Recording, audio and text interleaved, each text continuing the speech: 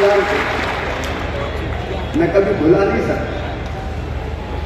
जब रेगुलर शिक्षक नहीं थे तब अतिथि शिक्षक के रूप में आपको पढ़ाने का दायित्व सौंपा गया और मुझे प्रसन्नता ये कहते हुए कि अधिकांश अतिथि शिक्षकों ने पूरी कर्तव्य निष्ठा के साथ अपने दायित्व का निर्वाह किया,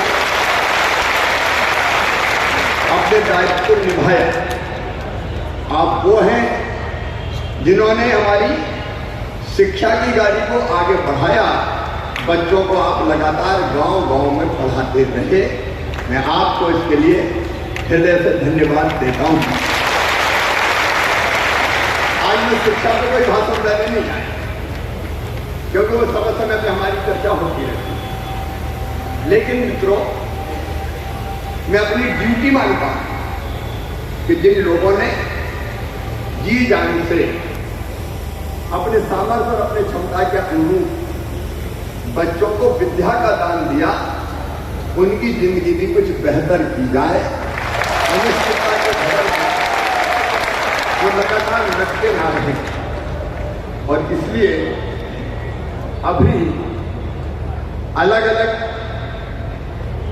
पीरियड के अनुसार आपको मानदेय देने की व्यवस्था है। अब ये पीरियड के हिसाब से नहीं होगी, अब महीने के हिसाब से और मानदेय भी हम तय कर रहे हैं।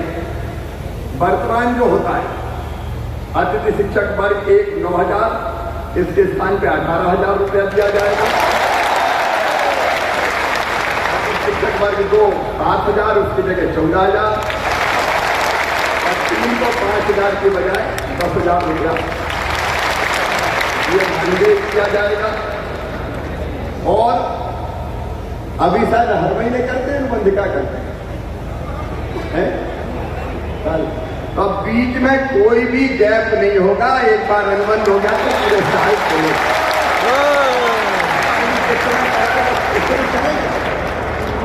आज उनकी भी तो जिंदगी का सवाल है। और इसलिए एक बार अनुबंध का मतलब साल भर उनकी सेवाएं चलेंगी। लेकिन इसके साथ साथ अब इस अनिश्चितता के भंवर से निकालने के लिए एक परमानेंट कोई योजना बनानी पड़ेगी। और इसलिए हम एक शिक्षकों की भर्ती में अभी तक अतिथि शिक्षकों को केवल 25% का आरक्षण था, अब 50% बढ़ा के किया जाएगा।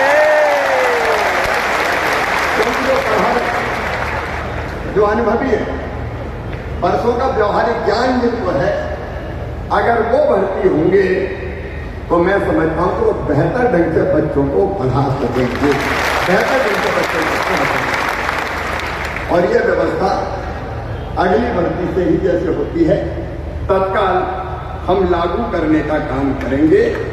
और अतिथि शिक्षकों को उच्च शिक्षा विभाग के अनुसार प्रतिवर्ष 4 और अधिकतम 20 अंक बोनस के रूप में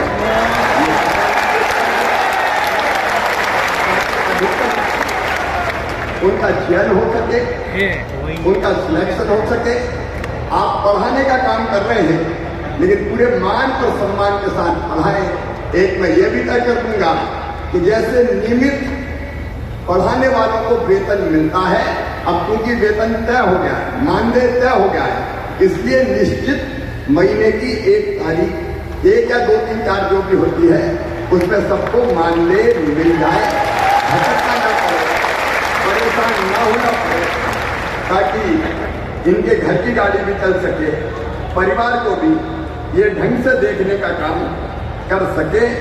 और एक मैं गुरुजुओं की तरह एक योजना बनाऊंगा कि जिसमें पात्रता परीक्षा लेके भी हम अतिथि शिक्षकों को नियमित करने की दिशा में आगे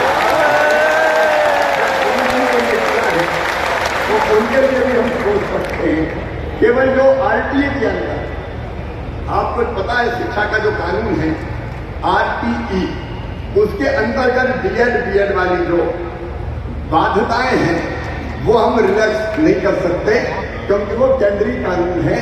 अरे कर लो, फार्म भर लो, आगे जाके फार्म भर लो। मेरी इच्छा है कि तुम सब नियमित हो जाओ, ढंग से पढ़ाओ, बच्चों को भी ठीक से पढ़ाओ और बच्चों के साथ साथ अपने परिवार का भी आप ध्यान रख पाए।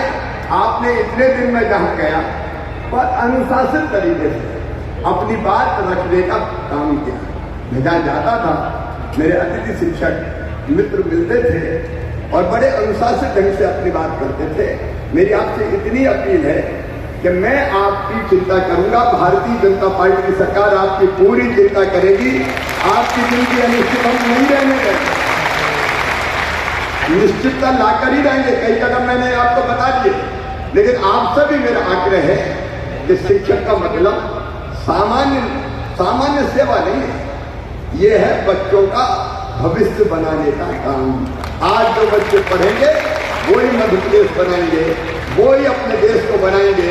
तो मेरी अपील है कि बेहतर से बेहतर पढ़ाई, बेहतर से बेहतर शिक्षा, और उसके लिए अगर हम अपने आप हमको ट्रेनिंग प्राप्त करनी हो, हमको कई चीजें सीखनी हो, तो आप उसकी भी भरसक कोशिश करना कि आप अपने आप को कैसे और ज्यादा सक्षम बना सकते हैं।